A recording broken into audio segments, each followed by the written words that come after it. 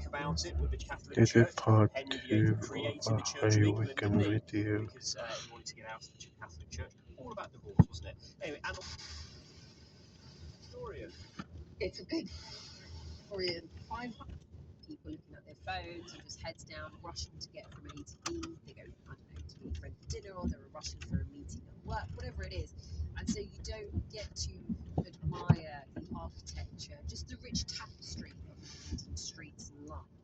Yeah, looking up. And actually looking down sometimes as well, maybe not at your phone. Sure. I think we'll be able to do that in tandem with also being connected and doing the three-legged face. Yeah, that's a good option. I'm doing my guiding tours, you know.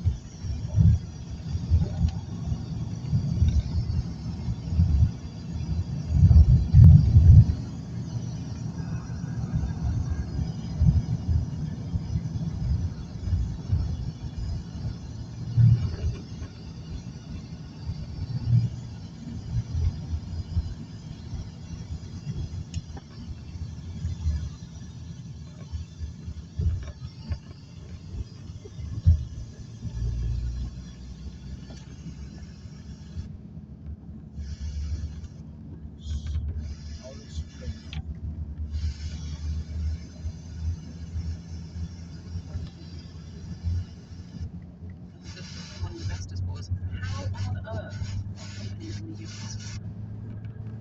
How? I'm just going to take that out. It has to be bad for companies that can investors. So the stock market cratered in the US, and because the US is so much bigger than all countries around the world, that just dragged everybody down with it. It's that force of gravity. So that was one thing, and that kind of makes instinctive sense. The bit that got really scary was that the dollar fell off a cliff, but also that US government bonds fell sharply in price. Now, normally when bad stuff happens, tariff penguins, famine, pandemic, whatever it is, these things jump in value. They're a good place for investors to hide when bad stuff happens. In this instance, they didn't. So it was a combination of investors saying this is going to really hurt companies, but also this really hurts US institutions. This is a bad geopolitical moment that really created this kind of firestorm. And it was particularly when the bond market started creaking, and it really creaked, and I got pretty worried for a while that that thing was going to break. That was the point at which Trump blinked. And so this is why we have this thing, this phrase coined by my colleague Rob Armstrong, the taco trade, right? Trump always chickens out. This got Rob in huge amounts of trouble and was all very entertaining for a while. But you know, there is a point of pain for Trump when markets really fall out of their head, and that came with the drop in US government bond prices. And he said, oh, okay, well, we're going to institute a pause. And so we've got to a point where tariffs are globally much lower. Maybe there's an effective rate globally of, Duncan, would you reckon 10, 12%? It's something in that order. Corporate America is kind of eating this. The economy is kind of eating it, and it's been sort of okay, but it's not over. So we all think that Trump's tariffs are they've reached a steady state and they're kind of dead and buried. No, no, no, no, no, no. He could get into an argument with any country at any time and jack them up.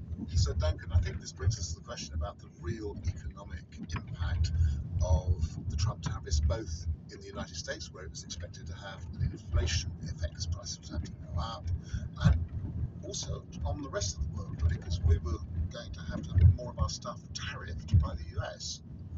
Yeah, so I think if you go back to April and the immediate aftermath of Liberation Day, the assumption was that the average US tariff rate was going to be about 25%, tax of 25% on the average good coming into the United States.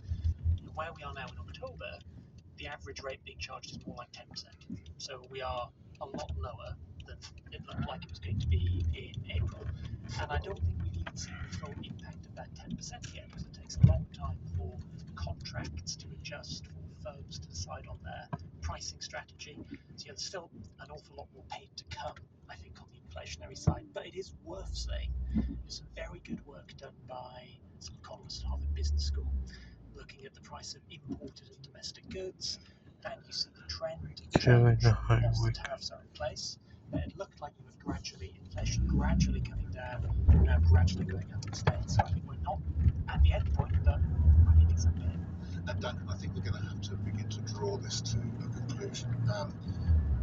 Does this feel to you like, particularly with the AI moment, that what we're looking at is a kind of possible sharp adjustment, in other words, going to be painful but manageable, or if we take it together with the other things like private credit risk and what's happening in the world economy, there could be something bigger? There always could be something. There always could be something bigger. I think at the moment there are all of the characteristics of a bubble, particularly in AI stocks. But just because I'm saying it's a bubble now doesn't mean it can't keep inflating for quite some time to come. But I do think the base case has to be at some point in the coming months something causes that bubble to pop. We see a big downward adjustment in asset prices, and that has a serious knock-on impact on real economic growth. Now, I'm not saying 2007, 2008, 2009, or even 2020 and 2021, the pandemic. Those were genuinely systemic, big shocks. But your common or garden recession certainly feels possible. Katie? Yeah, I think a correction definitely could happen. So maybe we shed sort of 10% of the US stock market. That'll be horrible. It wouldn't be the end of the world. Reset markets into something a little bit more safe.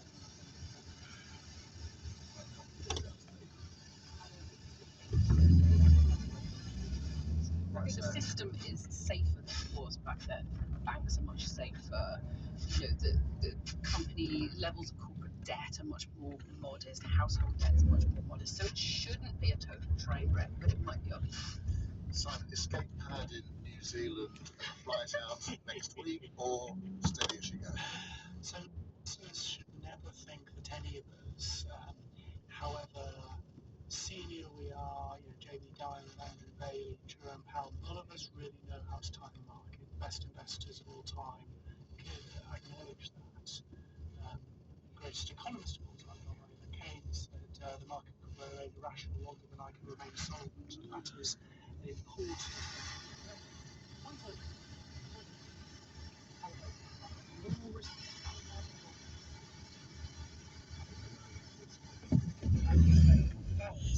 more risky signals that I've seen for quite a long time in the stock market, so I'd be more cautious in that environment.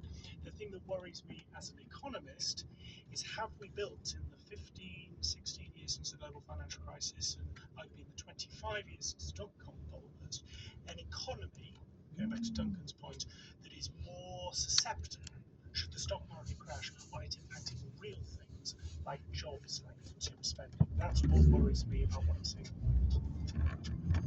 That's it. My thanks to Duncan Weldon, Katie Martin, and Simon French.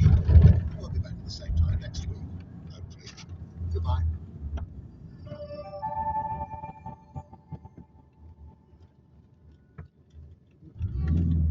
briefing room was presented by David Aronovich. The producer was Nathan Gower. In a moment, bionic eyes, weather observations, and hormones from human remains in BBC Inside Science. That's after a look ahead to the weekend with Johnny Diamond. What we do is every Sunday lunchtime, welcome to the world this weekend, this is Johnny Diamond. We take a story that's been bubbling under all week. It's a real crisis, it's a deep crisis, or one that's about to bubble over next week. If Trump is chaos, that's a chaos one. And we hold it up to the light. Look at new angles. We let the news breathe a little, so listeners can take their time to get to understand the story. Out of nowhere, airstrikes intense and heavy. That's the world this weekend, every Sunday at 1 o'clock, here on BBC Radio 4 and on BBC Sounds. I hope you'll join us. This is Radio 4. In New Zealand, 1-0 after their third match was washed out because of rain in Auckland. And in cycling, the 2026 Tour de France will begin in Barcelona for the first time. And that's your Three Counties Sports. Your love lifted me higher than I've ever been lifted before. So keep it up, quench my desire, and I'll be at your side forevermore. You know your love keeps on lifting higher, higher and higher. I said your love